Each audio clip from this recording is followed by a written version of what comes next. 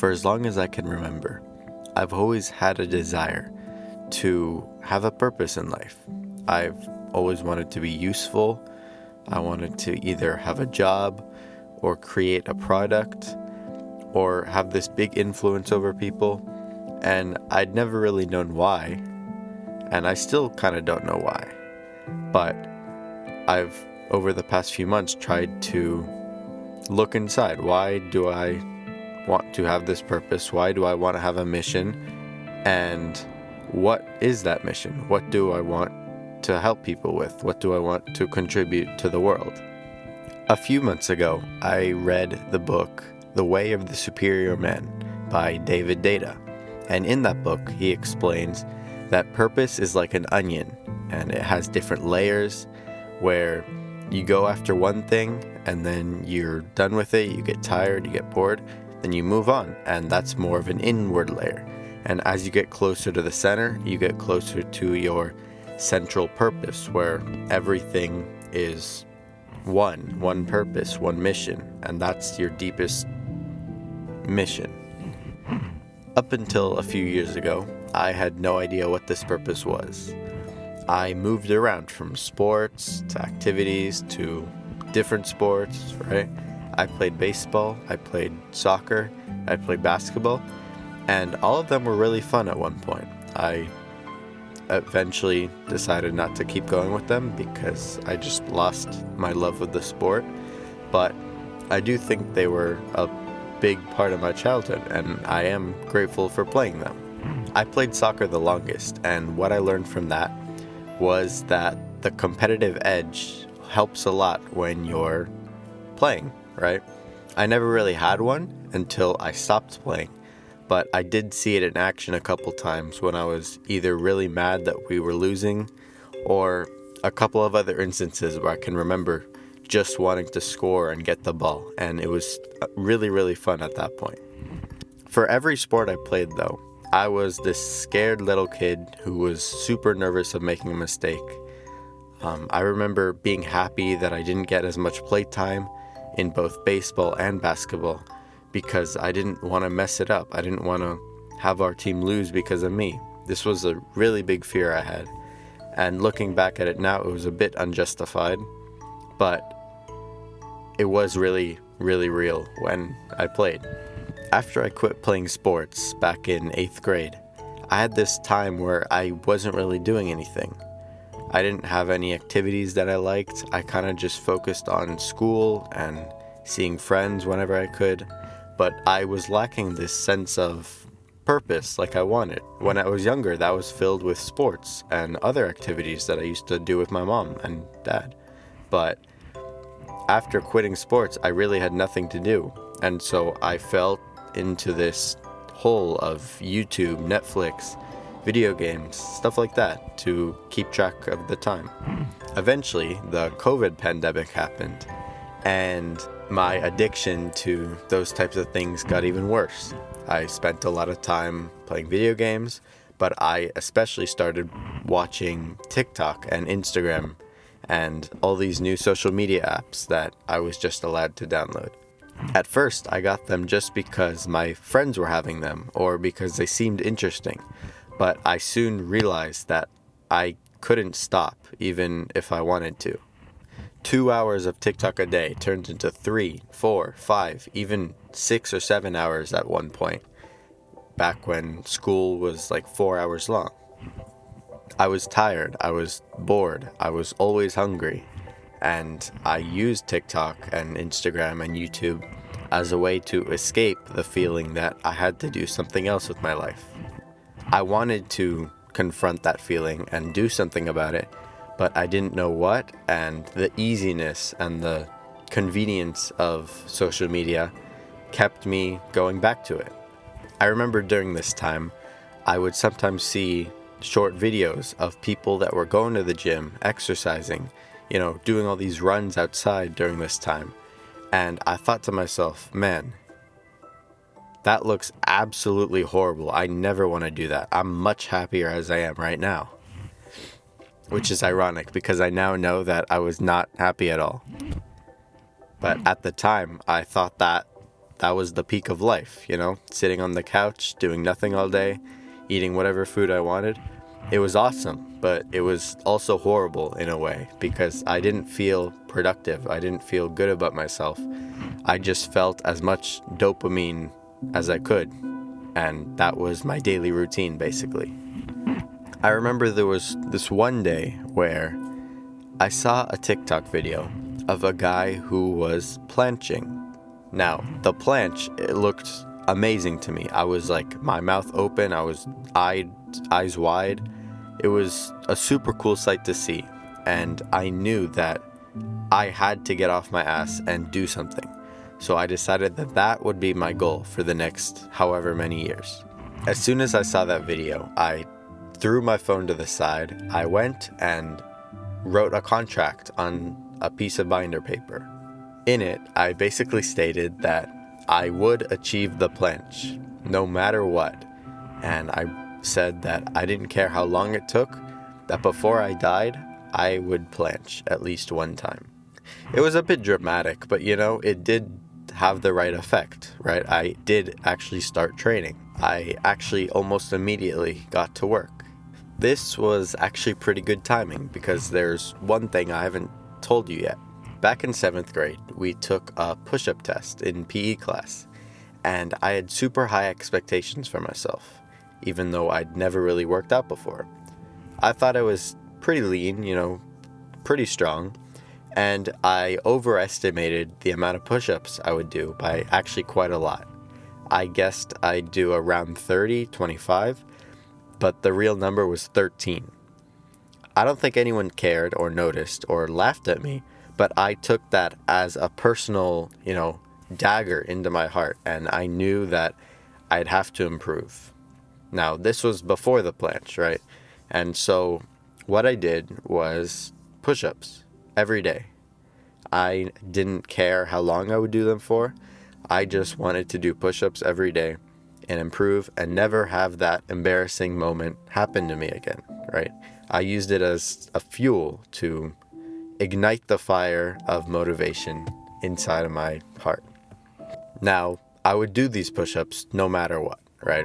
Even at 1:30 in the morning, I remember getting down, doing a set of 50 push-ups, and going back to sleep, right? I did not miss these at all. No days off, as I said before. I started with 20 a day, and then I moved up to 30 after like a month, and then 40, and then 50. And I stayed at 50 for probably 7 months, right? 7 months every day, 50 push-ups. And one day, I looked in the mirror and I saw that, wow, I actually see muscles on my arms and chest now. This is crazy. And that was really my first peak, my first taste at what working out can actually do for you. Because up until that point, I never really considered the fact that muscle growth was possible for me. I thought I would just kind of be skinny and lean forever. And so from seeing that, I was kind of reignited to keep doing the push-ups. So I moved it up to 60 and then 70. And that's kind of where I stayed for the next year or so. In total, I ended up doing these push-ups for 2 years around. And after that, I decided to stop. I was getting pretty bored. I didn't really see that much progress, and I'd done so many reps at that point, I didn't even know if they were helping me or not. I was getting to a point where no matter how many I did, it didn't seem like I was improving in both strength and muscle. Eventually, I saw the video that would change my life forever. Alright, so what is the planche? The planche is basically a move that requires a lot of shoulder and straight arm strength, which, if you've never trained before, is extremely annoying and hard to train. It places your body in a position it's not meant to be in, and so it takes a lot longer to get your tendons and muscles ready for the movement itself. For me, it took about 2 years to achieve, but for others it can take even 3 years to fully get good at. It's a skill that looks really, really cool in my opinion, but its journey is definitely not cool unless you're super motivated to start, like I was. If you want to learn more, I'll leave a couple tutorials in the description for you to watch. So, like everyone else, I just started with the beginner progressions and exercises, right? Pseudo planche push-ups, as well as tuck planche pumps, and beginner things to try to get my body adapted and ready to the actual movement. Even though I've been doing push-ups for 2 years at that point, I didn't think they gave me a very good buffer to begin the actual planche training. I didn't feel very strong, and my ego was hurt pretty much immediately because I thought I would get it within a couple months, which did not happen at all. So I trained almost every day at home, initially just with the floor and some dumbbells I found to act as parallettes. But eventually I balled out and I got some parallettes. I got wrist straps, I got resistance bands, and these all helped me eventually achieve the planche. But in the beginning, I was stuck to just the floor, which was good enough for me at the time, and it's even good enough for me now, right? You don't need any equipment to learn this skill. So how did I stay motivated over all this time? Well, I didn't. I actually ended up quitting once, about 2 months in, because of lack of progress and my forearm hurting for probably a month at that point due to all the strain I was putting on it. I stopped for about a month just to, one, let it heal, and two, try to find the motivation and the spark to start training it again, because I was getting tired of the skill, even though I'd barely just begun. Eventually, as my Instagram feed started showing me more and more calisthenics, I was reinvigorated to try to achieve this skill, and I started training it again. All right, I eventually moved on to the advanced tuck planche, which doesn't look like much, but it's actually a lot harder than the tuck planche. The one thing you have to realize about these skills is that a tiny step, something that looks like it barely made a change, is actually a very different skill in terms of strength and kind of knowing where your body is in space, or proprioception. After I got back into the planche, I told myself that I would kind of restart and start from zero in order to get good form. In the first stage, when I first started and I was getting into the tuck planche, I could feel myself ignoring form just to get better results, which I knew wasn't doing anything but helping my ego. So when I started again, I told myself that I'm going to start fresh from zero and only focus on form, which did work a lot. My form did improve. My protraction did improve because I was doing exercises like the protraction push-up or whatever the hell it's called. I did this for probably a year, or maybe a little less, maybe 8 months, and I was seeing pretty good progress even in my strength. I was still stuck at the advanced tuck planche, but since I'd spent so long on it, my form was pretty much as good as it could be, right? I didn't see any difference between me and the people that were doing it on YouTube, which I felt really proud of, even though to some people it might not look like I made any progress. Eventually, I was able to hold it for probably 15 seconds, and I decided to move on to the straddle planche. And the thing about this is it looks like a big jump even to people that don't do the planche. So you can imagine how different and difficult it was to transition to this skill, right? It was a massive jump, and I can't believe there's not a major progression between the advanced tuck planche and the straddle planche, because there definitely should be one. So I began to focus more on the straddle planche, and it was at this point where I started feeling like I could actually do this skill. But then, once again, I plateaued. My progress slowed down exponentially, or I thought it did, and I didn't feel like I was making much progress. So I quit. I actually quit 3 times in straddle planche, because that's how long it took to see progress. But eventually, after the 4th total time quitting in this journey, I told myself, you know what? I told myself in the beginning that this would be hard, but that I would complete it before I died. So I didn't quit again after that. And it really showed, actually. My progress started being noticeable again after I didn't quit. And I started seeing some really good strength gains being made. I was practicing probably 3 to 4 times a week at this point. So I knew that if this wouldn't work, then, nothing would. But thankfully, it was working. I was seeing the time being held a lot slower, and my form was even improving. It was at this point where I started doing it, outside more, right? I felt more confident with it. And before that, I didn't think it was a really cool trick. But as soon as I got better at straddle, I was more comfortable doing it, after school in the field or at a park or even in my own, backyard or front yard. I thought it was super cool. And thankfully, I'd been filming myself so that I have footage like I have right now to show you. I think one of the biggest things that helped me actually was filming, because I was able to improve my form a lot through it. Because the planche is a skill where you don't really know what you're doing unless you can see yourself doing it. And so I thought I was protracting initially, but really I was not at all. I was just neutral, and the videos I was taking allowed me to see that. So if you're training this skill, or if you're training a different calisthenics skill, I really suggest filming yourself, because it can save you a lot of time and effort that you can use to improve your form and improve your, time under tension. So now, as I was so close to getting the planche and achieving my lifelong 2-year goal, what did I do? I started focusing more on handstand and handstand push-ups, which I don't even know why I didn't start until then, but it was a big change for me.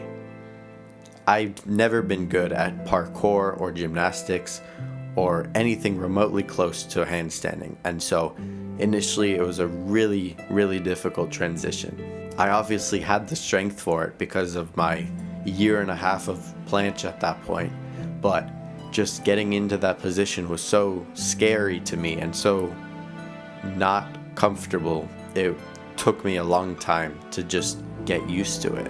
One big mistake I made during this time was not using the wall nearly enough. I decided to satisfy my ego, and so I only practiced on the ground with no assistance, which not only increased the time it took for me to achieve the skill, but I had a lot of crashes and neck scares during this time, which thankfully nothing happened, but I definitely would recommend using the wall in the beginning just to get used to the position so you don't have to keep crashing on your head like I did. So for a while, I kind of trained these two skills parallelly, and I was making decent progress on both of them. I even started recording and editing my videos to Instagram and to YouTube, which is where my first videos come from. It was at this stage. At this point, I was just getting used to the handstand push-up, and my straddle planche was coming along pretty well. So around the 2-year mark, I started going into the full planche. Basically, I was training with a friend one day, and I just decided for fun to try it out, see how it went. And to my surprise, I actually almost held it for a second, which was one, unbelievable that my 2-year goal at this point was almost coming to an end, and two, I was shocked, right? I was excited and motivated to keep going, and it felt amazing. As I kept going for it, as I kept trying and failing and learning, I was getting it cleaner and cleaner hold. And at this point, I feel like I have unlocked the full planche.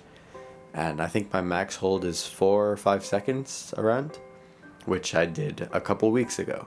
Now, achieving this goal has given me a couple lessons that I want to pass on to you, right? I think the more time and effort it takes to achieve a goal, the bigger and more lessons you can learn from it. So the first thing, and really the most important for me, was that the time is just going to pass anyway. So you might as well go for it now, right? Every time I quit, that was time that could have been, full of progress and practices. But I quit because I wasn't seeing any progress. I wasn't seeing any gains.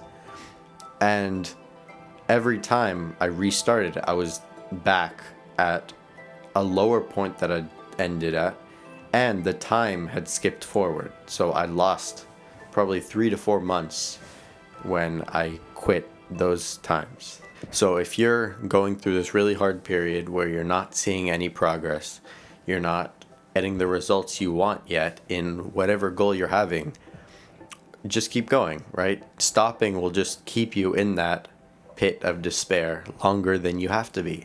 So I really wish I'd stuck through it, but you know what? We're here anyway. We're here now, but just keep it in the back of your mind. Keep going when you're halfway through something, because the pain of keeping through it and continuing is always going to be better than the pain of stopping, either temporarily or forever. Another big thing I learned is that the dopamine you get from long-term gains and progress is always going to be better than the dopamine you get from the short-term pleasures. Meaning, unlocking the planche was almost infinitely more fun and more happiness bringing than Sour Patch Kids and YouTube Shorts or, Netflix, right? Back when I had no purpose, no goals, no nothing during, my middle school and beginning of high school, I always thought that people that were working out and taking care of their bodies were weird. I didn't understand what they wanted or what they thought they were getting. But looking back at it now, I can see that I was less happy than they were. I was struggling, and I used my anger and boredom to kind of hate on people that were doing well in life, right? I always made fun of them. I thought that it was something strange or something wrong with you if you thought you were worth fixing or something like that. And now I can see that trying to fix yourself, trying to improve in any way you can, is infinitely more fun than staying in the same place year after year after year. And it's really because I had those experiences where I couldn't see any improvements that I'm grateful for the ones I have now. And I still do have a lot to do. I have a long way to go, but looking back, I'm proud of the progress I've made so far. And so I hope that whatever goals you've achieved so far have allowed you to feel proud of the place you're at now, but also excited to where you're going and where you're going to be. The last thing I want to say is that great things take time to achieve. So if you want a six-pack or if you want muscles, but you don't want to really work for it, you just want to receive it, then I can already tell you that if you actually had that, you'd lose them almost immediately, because you get what you put in. And if you spend weeks, months, years going for that perfect body that you want, then you're going to be a lot more likely to keep it for the long term. But if you just received those things automatically, they'd be gone within a few days, a few weeks, because your identity hasn't improved to the person that can actually achieve those things. Recently, I heard the quote that to get the things you want, you have to be the person that is able to have those things. And I totally agree with that. I think that's an amazing way to think about it, because a lot of people want the quick reward, but they don't want to work for it. And looking back now, I definitely would have lost my strength and my results really, really quickly if I had just received what I wanted like immediately back when I wasn't working for anything. Now I look back with a sense of happiness and pride that my younger self did what it took to get me to where I am right now. And I hope that I'm going to continue this and that my future self will look back at this very moment, right to where I am right now, and think, man, that guy did what he could, and I'm super proud and excited for him that right now I'm able to be at the place that I am. And man, once you feel this, it's just an unbelievable feeling. One that Skittles and candy and all these things will never be able to fill, because it's just a different type of happiness. It's a different feeling completely. I hope that you're doing well. I hope that you're improving as much as you can, and I hope that if you haven't thought about it yet, maybe you start. Look for something you like to do. Do it every day. Do it as much as you can. See your progress, and you'll find these thing that you're addicted to, that you love seeing progress in, that you can see results, and it feels amazing. So that's my wish for you. I hope you liked this video. It was kind of a new thing, but a bit longer than my normal one. But yeah, I hope you find that love that you have. So thanks for watching. And by the way, if you want some cool clothes, head to workoutproject.com. It's in the link in the description. Thanks for watching.